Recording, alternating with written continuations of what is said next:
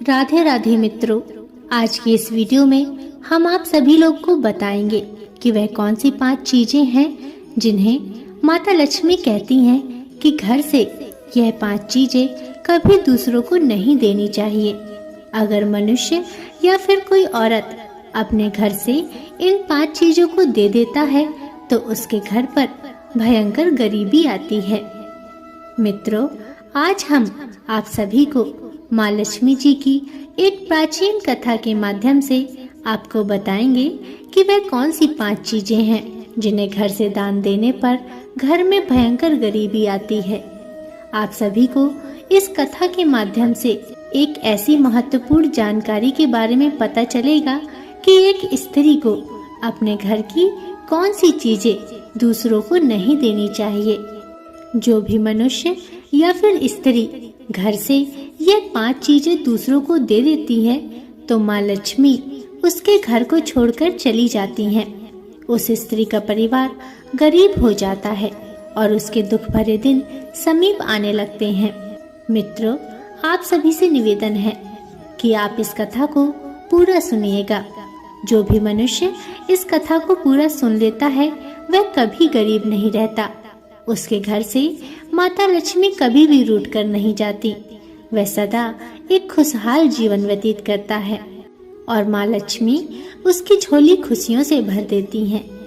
तो चलिए अब विलंब न करते हुए कथा को शुरू करते हैं। मित्रों, पुराने समय की बात है। कौशलपुर देश में एक अत्यंत शोभायान नगरी थी। उस नगरी में एक संगीता नाम की स्त्री अपने पति और सास ससुर के साथ निवास करती थी। संगीता एक पतिव्रता नारी थी जो सत्य धर्म का पालन करने में तत्पर और गृह कार्य में दक्ष थी। संगीता का स्वभाव अत्यंत दयालु प्रवृत्ति का था। संगीता किसी को भी चिंतित नहीं देख पाती थी। वह कभी भी किसी को हानि नहीं पहुंचाती थी। वह एक सरल स्वभाव की सतोगुण से संपन्न स्त्री थी। वह सदैव दूसरों की सहायता किया करती थी। संगीता के पति का नाम राजू था। राजू एक वैश्य था। उसकी अनाज की एक बहुत बड़ी दुकान थी। वह बाजार में लोगों की जरूरत की चीजें बेचा करता था और उन बेचे गए पैसों से अपने घर का खर्च चलाता था। उसका व्यापार पूरे कौशलपुर देश में मशहूर था। सभी लोग राजू को बहुत सम्मान देते थे। संगीता अपने पति से बहुत प्रेम करती थी। वह अपने पति को ही पति परमेश्वर मानकर उसकी सेवा करती थी। संगीता माता लक्ष्मी की एक बहुत बड़ी भक्त थी, इसलिए वह एक पतिव्रता स्त्री थी। संगीता नित्य पति से पहले जागती थी, अपने घर के आंगन को स्वच्छ करती थी। फिर स्नान आदि कार्य संपन्न करके वह तुलसी को जल देती थी और देवी देवताओं का पूजन करती थी। संगीता माता लक्ष्मी की उपासना किया करती थी। इस प्रकार से वह रोज अपने नित्य कर्म करती थी। संगीता ने कभी किसी का अनादर नहीं किया था। वह सभी के साथ मधुर वाणी में बात किया करती थी। सभी लोग संगीता को देखकर कहने लगे थे, अरे देखो, यह तो साक्षात लक्ष्मी के समान गुणों वाली स्त्री है। संगीता अपने परिवार का कितने अच्छे से ख्याल रखती है।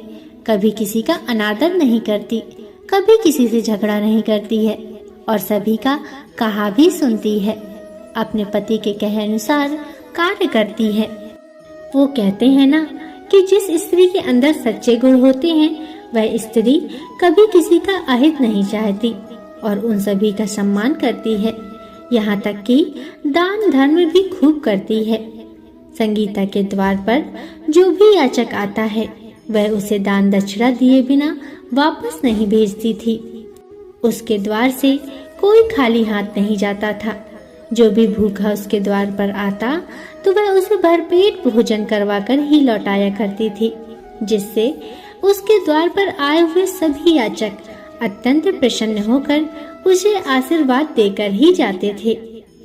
इतना ही नहीं, संगीता अपने पड़ोसियों का भी बहुत सहयोग करती थी। उसके पड़ोस में जो भी गरीब और दुखी लोग रहते थे उन्हें भी वह नित्य भोजन दिया करती थी।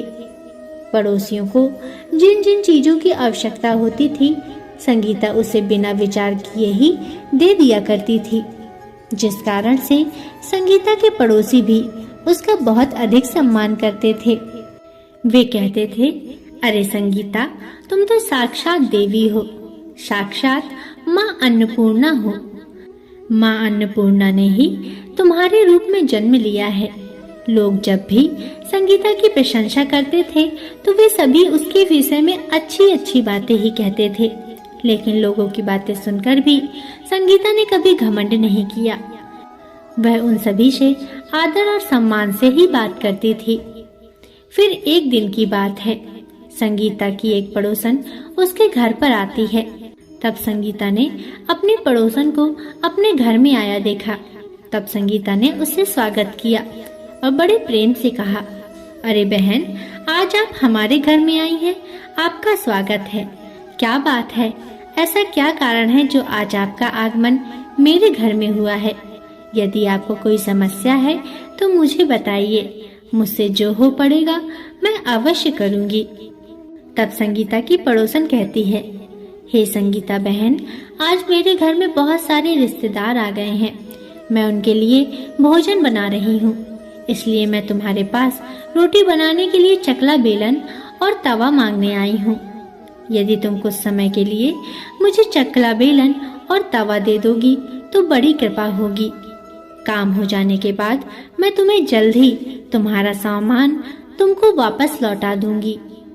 तब संगीता कहती है, अरे बहन, इसमें क्या बड़ी बात है, ले लो। वैसे भी मैंने एक चकला और एक बेलन ले रखा है।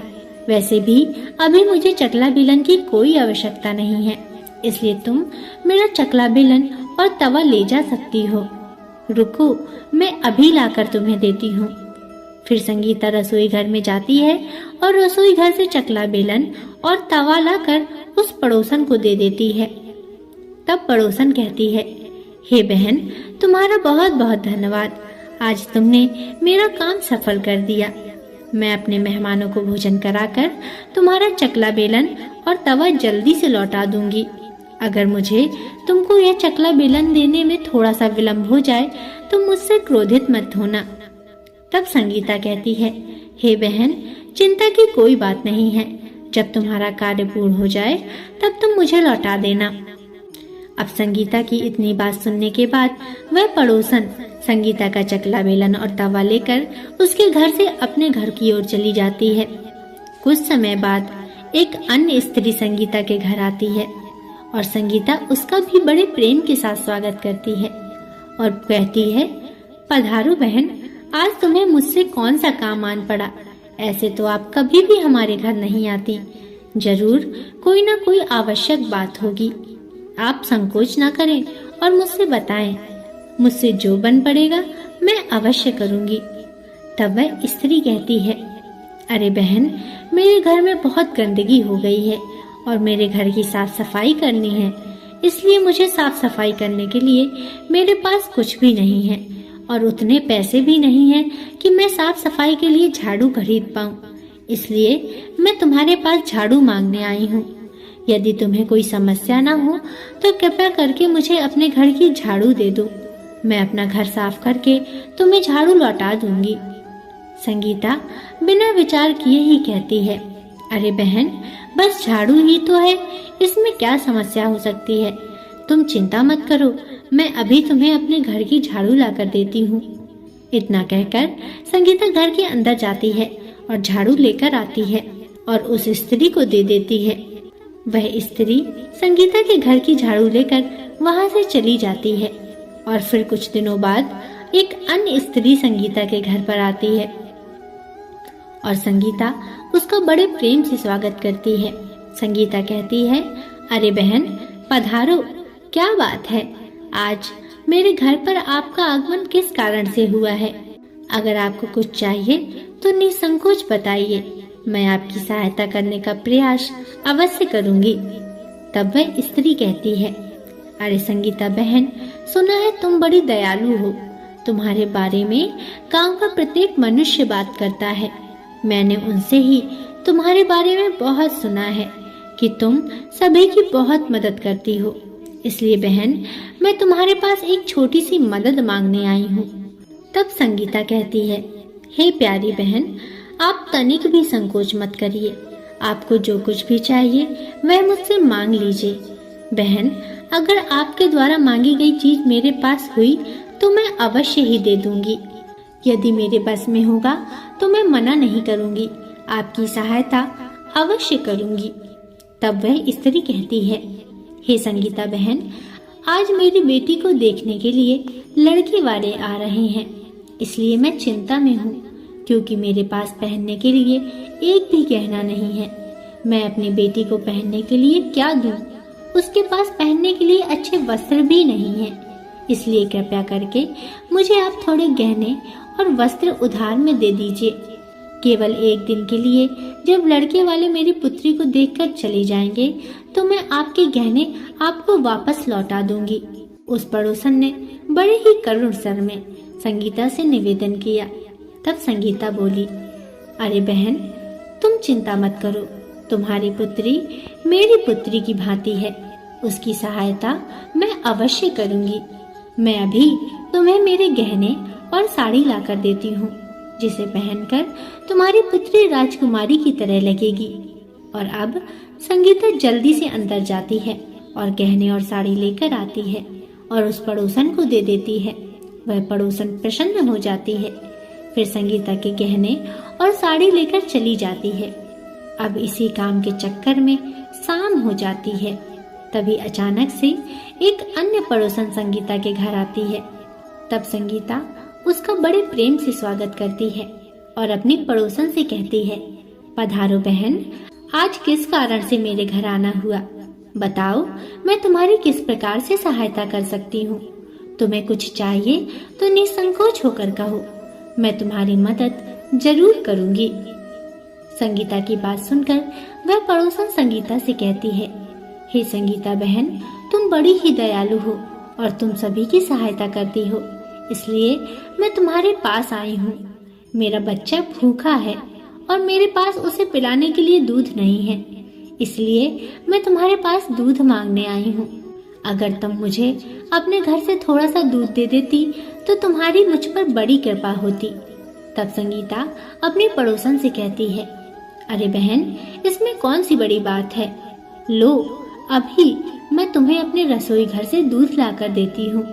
अपनी पड़ोसन से इतना कहकर संगीता रसोई घर में चली जाती है और एक पात्र में थोड़ा सा दूध लेकर आती है और पड़ोसन को दे देती है, जिससे वह पड़ोसन प्रसन्न होकर संगीता से उस दूध से भरे हुए पात्र को लेकर चली जाती है। इस प्रकार संगीता अपने सभी पड़ोसियों की सहायता करती है। उसके बाद संगीता भी प्रसन्न होकर घर के कार्यों में लग जाती है। फिर रात होते ही संगीता का पति घर पर वापस आता है। तब संगीता अपने पति को प्रणाम करती है और उसकी खूब सेवा करती है और अपने पति के लिए भोजन आदि का प्रबंध करती है।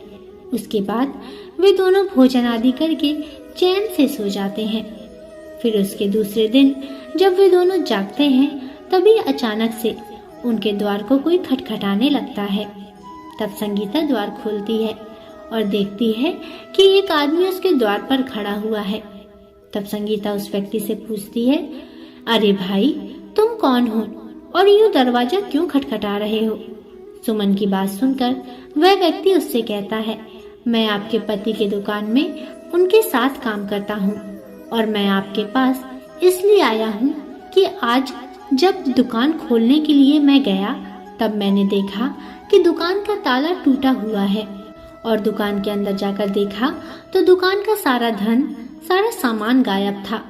मुझे तो लगता है कि कल रात किसी ने अपनी दुकान लूट ली है और सारा दुकान का सामान चुरा लिया है। यह बात सुनकर संगीता बहुत ही भयभीत हो जाती है और दौड़ते हुए अपने पति के पास पहुंच जाती है। उसके बाद अपने पति को उठाती है। फिर वह अचानक से विलाप करने लगती है और अपने पति से विलाप करते हुए कहती है, सुनो जी, अभी आपकी दुकान में काम करने वाला एक व्यक्ति आया था। वह कह रहा था हमारी दुकान में चोरी हो गई है, अब हमारा क्या होगा? संगीता की बात सुनकर उसका पति भी भयभीत हो जाता है और बिस्तर से नीचे उतरकर भागते हुए अपनी दुकान पर पहुंच जाता है। वह देखता है कि सच में दुकान में रखा हुआ सारा धन और दुकान का सारा सामान किसी ने चोरी कर लिया है। यह देखकर संगीता का पति बहुत ही दुखी हो जाता है और दुखी मन से घर वापस लौट आता है। फिर घर पहुंचकर संगीता से सारी बात बता देता है, जिसे सुनकर संगीता भी बहुत दुखी हो जाती है। संगीता अपने पति से कहती है, हे नाथ, आप चिंतित मत होइए, क्योंकि मैंने घर की तिजोरी में कुछ धन इकट्ठा कर रखा है, इसलिए हमारे घर में अभी भी बहुत सा धन रखा हुआ है, जिससे आप फिर से कोई व्यापार कर सकते हैं। अपने पति से इतना कहकर संगीता कमरे में जाती है और अपने घर की तिजोरी को खोल कर देखती है तो वह तिजोरी भी पूरी तरह से खाली थी, क्योंकि अब उसके अंदर का सारा धन किसी ने चुरा लिया था। यह देखकर संगीता दुखी हो जाती है। उसे समझ में नहीं आ रहा था कि उसके साथ यह क्या हो रहा है। इतने में उसका पति भी उस कमरे में आ जाता है और तिजोरी को खाली देखकर उस पर बहुत क्रोधित हो जाता है। उसके बाद संगीता से क्रोधित होकर पूछता है, संगीता, मुझे सच सच बताना, इस तिजोरी के अंदर का सारा धन कहाँ गया? तब संगीता अपने पति से कहती है, हे नाथ, मैं तो घर पर ही थी और सारा धन इस तिजोरी में ही रखा हुआ था। पता नहीं किस चोर ने सारा धन चुरा लिया, किंतु आप शांत हो जाइए, हम कोई न कोई उपाय करके अपना सारा धन अवश्य ढूंढ लेंगे।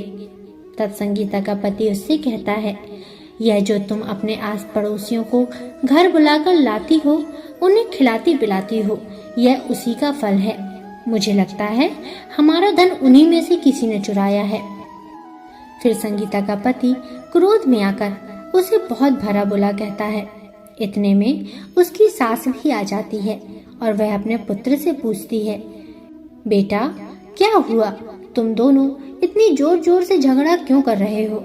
तब संगीता का पति कहता है, माँ देखो, अपनी बहू की करतूत देखो, इसके घर में रहते हुए भी तिजोरी में रखा हुआ सारा धन चोरी हो गया। अपने पुत्र की बात सुनकर संगीता की सास भी उसको खरी खोटी सुनाने लगती है और कहती है, अरे मेरा पुत्र ठीक ही तो कह रहा है, तू इन पड़ोसियों को घर की चीजें देती रहती है और बिना कुछ सोचे समझे किसी की भी सहायता कर देती है। उन्हीं में से किसी ने सारा धन चुराया होगा। घर के सभी लोग संगीता को बुरा भला कहने लगते हैं। फिर संगीता अपने पति को दिलासा देने लगती है और अपने पति को दिलासा देते हुए कहती है, हे स्वामी, मैंने मेरे कुछ गहने हमारी पड़ोसन को दिए हुए थे, मैं अभी उसके पास से वो गहने लेकर आती हूँ। अपने पति से इतना कहकर संगीता अपनी उस पड़ोसन के घर जाती है तो वह देखती है कि उसके घर में कोई भी नहीं है। उसके घर पर ताला लगा हुआ है। यह देखकर संगीता और भी ज्यादा दुखी हो जाती है। फिर संगीता वहां से लौटने लगती है। तभी अचानक उसे उस पड़ोसन के घर के पास रहने वाली एक स्त्री दिखाई देती है। संगीता उस स्त्री से पूछती है, अरे बहन, इस घर के सब लोग कहाँ गए हैं? तब वह स्त्री संगीता से कहती है, क्या बताऊं बहन, इस घर में रहने वाले सभी लोग धोखेबाज हैं, क्योंकि ये मेरा धन लेकर भाग गए हैं। उस स्त्री की बात सुनकर संगीता अपने मन में सोचने लगती है, अब मैं क्या करूं? यह स्त्री भी मेरे गहने लेकर अपना घर छोड़कर भाग गई है। अब मेरा क्या होगा? मेरा पति मुझे अपने साथ घर में नहीं रहने देगा, मेरी तो जिंदगी उजड़ जाएगी। यह सब सोचते हुए संगीता निराश होकर वापस घर लौट आती है। वह घर पहुंचकर अपने पति और सास ससुर से पूरी बात बता देती है। संगीता की बात सुनकर उसका पति तो उससे कुछ भी नहीं कहता, लेकिन उसकी सास संगीता पर बहुत क्रोधित हो जाती है और संगीता को बुरा भला कहने लगती है और बोलती है, अरे मूर्ख स्त्री, तेरे ही कारण हमारा धन वैभव चला गया है।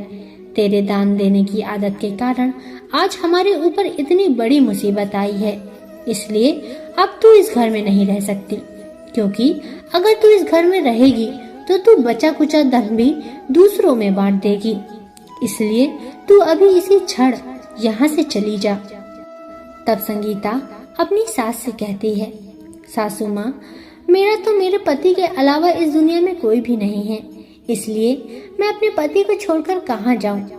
फिर संगीता की सास उससे कहती है, तू कहीं पर मर, लेकिन इधर से चली जा। अब तू इस घर में नहीं रह सकती। तेरे ही कारण हमारा घर बर्बाद हो गया है। तू इस घर में रहेगी तो जो कुछ बचा हुआ है वह धन भी नष्ट हो जाएगा। उसके बाद संगीता अपनी सास के सामने अपने दोनों हाथों को जोड़कर विनती करने लगती है, हे सासू माँ, आप ऐसा मत कहिए। मैंने कोई अपराध नहीं किया। मैं इनके बिना जीवित नहीं रह सकती हूँ। संगीता अपने पति से कहती है, हे नाथ, आप ही कुछ कहिए, कुछ बोलिए, माँ जी को समझाइए, यह मुझे घर से निकाल रही हैं। तब संगीता का पति उससे कहता है, अब मैं क्या करूं? माँ जो बोल रही हैं ठीक बोल रही हैं। तुम्हारी वजह से मेरा घर बर्बाद होने की कगार पर आ गया है, इसलिए अब तुम मेरे घर से निकल जाओ। अपने पति की ऐसी बात सुनकर संगीता अपने पति के सामने हाथ जोड़कर बैठ जाती है और कहती है, हे नाथ, आप ऐसा न कहिए। मैंने कोई अपराध नहीं किया है, क्योंकि मैं आपके बिना जीवित नहीं रह पाऊंगी। इसलिए आप मुझ दासी को घर से मत निकालिए। लेकिन संगीता का पति और सास उसकी एक भी नहीं सुनते और संगीता को अपने घर से धक्के मार कर निकाल देते हैं। उसके बाद संगीता की सास उससे कहती है, अब तू यहाँ से चली जा और कभी भी लौट कर मत आना। जा, किसी नदी में कूदकर अपने प्राण दे दे, लेकिन अब तू इस घर में नहीं रह सकती। फिर संगीता दुखी होकर विलाप करते हुए अपने पति के घर को छोड़कर दूसरे नगर की तरफ चली जाती है। चलते चलते संगीता माता लक्ष्मी जी के मंदिर में पहुंच जाती है। माँ लक्ष्मी से प्रार्थना करते हुए कहती है, हे माँ लक्ष्मी, मैंने ऐसे कौन से पाप किए हैं जो मेरी ऐसी दुर्दशा हुई है? क्योंकि मैं तो नित्य आपकी पूजा अर्चना किया करती थी, फिर भी आपने मेरा घर क्यों छोड़ दिया? कृपया आप मुझे बताइए कि मैंने ऐसा कौन सा अपराध किया है जो आप मुझसे रूठ गई हैं। उसके बाद संगीता वहीं बैठकर अपने मन में सोचने लगती है, यदि मेरे पति मुझे स्वीकार नहीं करेंगे तो मैं जीवित रहकर क्या करूंगी? और यदि मेरे कारण मेरे पति की ऐसी दुर्दशा हुई है तो मेरा इस दुनिया में जीवित रहने का कोई अधिकार नहीं है। अपने मन में इतना सोचकर संगीता अपने प्राण देने के लिए नदी की तरफ जाने लगती है और नदी के पास पहुंचकर संगीता माता लक्ष्मी जी से प्रार्थना करते हुए कहती है, हे माँ लक्ष्मी, मैं जीवित नहीं रहना चाहती हूँ, इसलिए अब मैं अपने प्राण देने जा रही हूँ। और यदि मेरे द्वारा आपकी पूजा में कोई कमी रह गई हो तो मुझे माफ कर देना, क्योंकि मैं अपने पति के बिना जीवित नहीं रह सकती हूँ। इसलिए मैं इस नदी में कूदकर अपने प्राण दे दूंगी। इतना कहकर संगीता नदी में कूदने ही वाली होती है, तभी अचानक से साक्षात माँ लक्ष्मी जी उस नदी में प्रकट हो जाती हैं और माँ लक्ष्मी संगीता से कहती हैं, रुक जाओ पुत्री, रुक जाओ, तुम यह क्या कर रही हो? तब संगीता आंखें खोलकर देखती है कि उसके सामने साक्षात माँ लक्ष्मी खड़ी हैं। लक्ष्मी जी के दर्शन पाकर संगीता बहुत ही प्रसन्न हो जाती है और माँ लक्ष्मी जी को बारंबार प्रणाम करती है। उसके बाद माता लक्ष्मी से कहती है, हे माँ लक्ष्मी, मुझे क्षमा कीजिए, क्योंकि मैं बहुत बड़ा पाप करने जा रही थी। तब माता लक्ष्मी संगीता से कहती हैं, हे पुत्री संगीता, मनुष्य को कभी भी स्वयं के प्राण नहीं लेने चाहिए। ऐसा करना महापाप माना जाता है, क्योंकि ईश्वर ने मनुष्य को इतना महत्वपूर्ण शरीर प्रदान किया है, उसे ऐसे ही नष्ट नहीं करना चाहिए। फिर संगीता माता लक्ष्मी जी से कहती है, हे माँ लक्ष्मी, मैं विपत्ति से विवश होकर ऐसा कर रही हूँ, क्योंकि मेरे पति ने मेरा परित्याग कर दिया है और एक स्त्री को अपने पति के घर को छोड़कर कहीं और नहीं रहना चाहिए। इसलिए मैं अपने पति के बिना जीवित नहीं रहना चाहती हूँ। इसी वजह से मैं अपनी जान देने जा रही हूँ। तब माता लक्ष्मी जी संगीता से कहती हैं, हे संगीता, मैं सब कुछ जानती हूँ। यह भी जानती हूँ कि तुम्हारे पति ने तुम्हारा त्याग क्यों किया है। तुम्हारे साथ यह सब तुम्हारी ही भूल के कारण हुआ है। तुमने भूलकर अपने घर की कुछ ऐसी चीजों का दान किया था जिसकी वजह से मुझे तुम्हारा घर छोड़कर जाना पड़ गया था। क्योंकि जो भी स्त्री अपने घर की इन चीजों को दूसरों को दे देती है, उनके घर में मेरा वास नहीं होता है और मैं उन वस्तुओं के साथ ही उसका घर छोड़कर चली जाती हूँ। तब संगीता पूछती है, हे माँ लक्ष्मी, ऐसी वे कौन सी वस्तुएं हैं जिन्हें दूसरों को देने से आपका वास होना बंद हो जाता है? और कृपया आप मुझे बताने की कृपा करें कि मैंने ऐसी कौन सी वस्तुओं का दान किया था जिसके कारण आपने मेरा घर का त्याग किया। संगीता की बात सुनकर माता लक्ष्मी जी संगीता से कहती हैं, हे पुत्री, अब मैं तुम्हें जिन चीजों के बारे में बताने जा रही हूँ जो किसी भी स्त्री को दूसरों को नहीं देना चाहिए, इन चीजों का दान करने पर मैं उस घर को छोड़कर चली जाती हूँ। इसे ध्यान से सुनना। हे पुत्री संगीता, सबसे पहली वस्तु चकला बेलन और तवा। किसी भी स्त्री को अपने घर का चकला बेलन और तवा भूलकर भी दूसरों को नहीं देना चाहिए, क्योंकि रसोई घर में इन वस्तुओं का सबसे अधिक महत्व होता है और इन वस्तुओं की पवित्रता सदैव बनी रहनी चाहिए। इन्हीं वस्तुओं से भगवान के लिए प्रसाद बनाया जाता है और तवे पर बनी पहली रोटी भी गाय को खिलाई जाती है। इसलिए इन वस्तुओं को हमेशा स्वच्छ और शुद्ध रखना चाहिए और कभी भी दूसरों को नहीं देना चाहिए, क्योंकि इन वस्तुओं को दूसरों को देने पर ये वस्तु अपवित्र हो जाती हैं। उसके बाद इन वस्तुओं का उपयोग करने से अशुभ फल की प्राप्ति होती है। इसलिए तुमने अपने रसोई घर के चकला बेलन और तवा अपनी पड़ोसन को देकर पहली बड़ी भूल की है। दूसरी वस्तु जो तुमने दूसरों को देकर भूल की है वह यह है कि तुमने अपने घर की झाड़ू अपनी पड़ोसन को अपने घर की झाड़ू दे दी थी, जिस वस्तु में सदैव मेरा वास होता है और जो वस्तु मुझे सबसे अधिक प्रिय है। तुमने उस वस्तु को ही अपनी पड़ोसन को दे दिया, तो फिर मैं तुम्हारे घर में कैसे ठहरती? हे पुत्री संगीता, जो भी स्त्री अपने घर की झाड़ू दूसरों को देती है, मैं उसके घर का त्याग कर देती हूँ, क्योंकि झाड़ू से ही घर की स्वच्छता होती है। और ध्यान रखना कि जिस भी स्थान पर स्वच्छता होती है उसी स्थान पर मेरा वास होता है।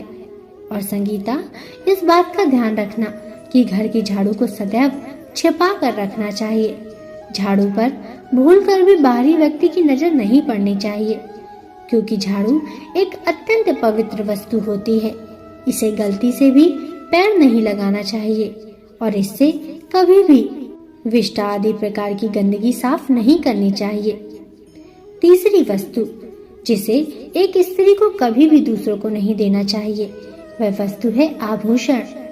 एक स्त्री को अपने आभूषण कभी अन्य स्त्री को भूलकर नहीं देना चाहिए, क्योंकि मैं सदैव ही आभूषणों में वास करती हूँ और स्त्री के 16 श्रृंगार में गहनों का बहुत अधिक महत्व होता है। एक विवाहित स्त्री को अपने आभूषण कभी भी अन्य स्त्री को पहनने के लिए नहीं देने चाहिए।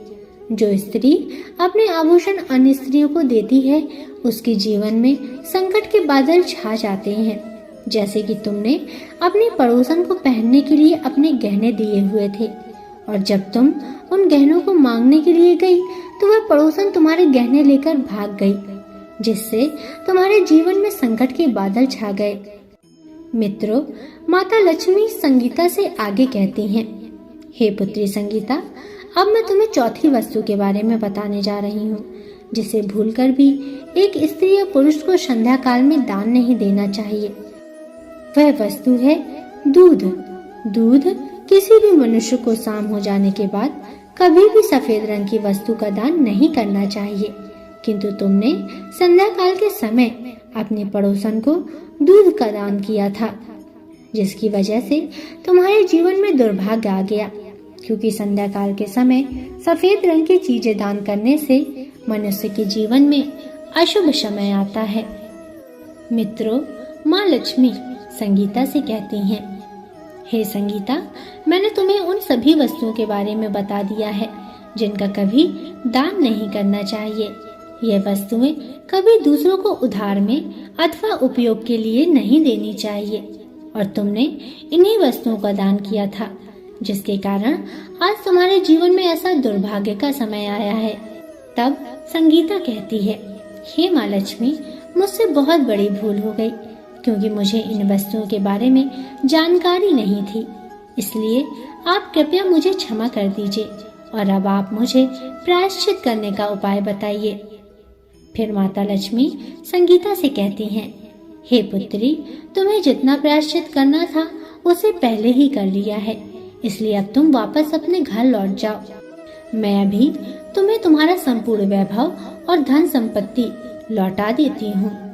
संगीता से इतना कहकर माँ लक्ष्मी जी उस स्थान से अंतर ध्यान हो जाती हैं। उसके बाद संगीता भी माँ लक्ष्मी जी का धन्यवाद करके वहां से अपने घर की तरफ जाने लगती है। तभी अचानक से उसने देखा कि उसका पति उसे ढूंढते हुए उसी की तरफ चला आ रहा होता है।